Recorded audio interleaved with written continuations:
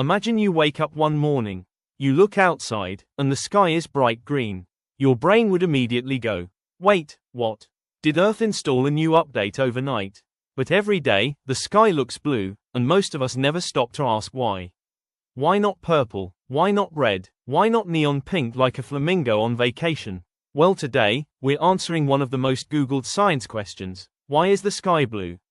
And the answer involves sunlight, tiny invisible particles, and a scientific effect called Rayleigh scattering. Don't worry, that sounds complicated, but by the end of this video it'll make perfect sense.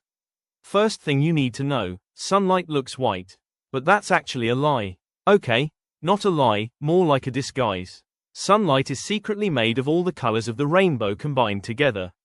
Scientists call this the visible spectrum. That includes red, orange, yellow, green, blue, indigo, violet. Basically, sunlight is like a rainbow smoothie blended into one bright beam. If you pass sunlight through a prism, those colors separate out into a rainbow. Which means every time sunlight hits Earth, it's bringing all those colors with it. So if sunlight contains all colors, why doesn't the sky look white?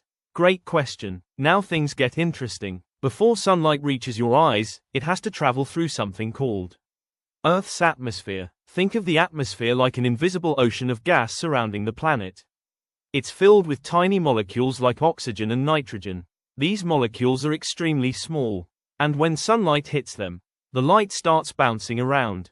Imagine throwing a handful of ping-pong balls into a room full of fans. They'd start flying everywhere. That's basically what happens to sunlight.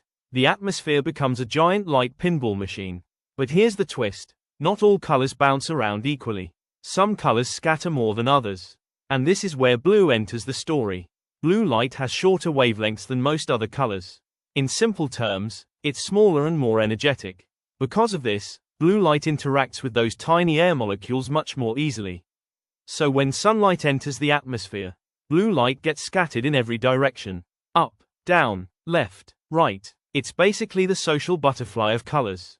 Meanwhile, colors like red and orange mostly keep traveling straight through the atmosphere. They're the introverts of the color world. The result, blue light spreads all across the sky. And when you look up, your eyes are seeing that scattered blue light coming from every direction, which makes the sky appear blue. Now here's a fun thought experiment. What if Earth didn't have an atmosphere? What would the sky look like then? Well, astronauts already know the answer. When astronauts look out from space, the sky is completely black. Even when the sun is shining. Why? Because there are no air molecules to scatter the sunlight. No scattering equals no blue sky. Just dark space. That's exactly what astronauts see aboard spacecraft like International Space Station. So the beautiful blue sky we see every day is basically a side effect of having an atmosphere. Now you might be wondering, if blue light scatters the most, why does sunsets turn red and orange? Here's the trick. During sunset, the sun is very low on the horizon. That means sunlight has to travel through much more atmosphere before reaching your eyes. Along that long journey, most of the blue light gets scattered away in other directions. By the time the light finally reaches you, the colors left are mostly reds, oranges, and yellows. That's why sunsets can look so dramatic.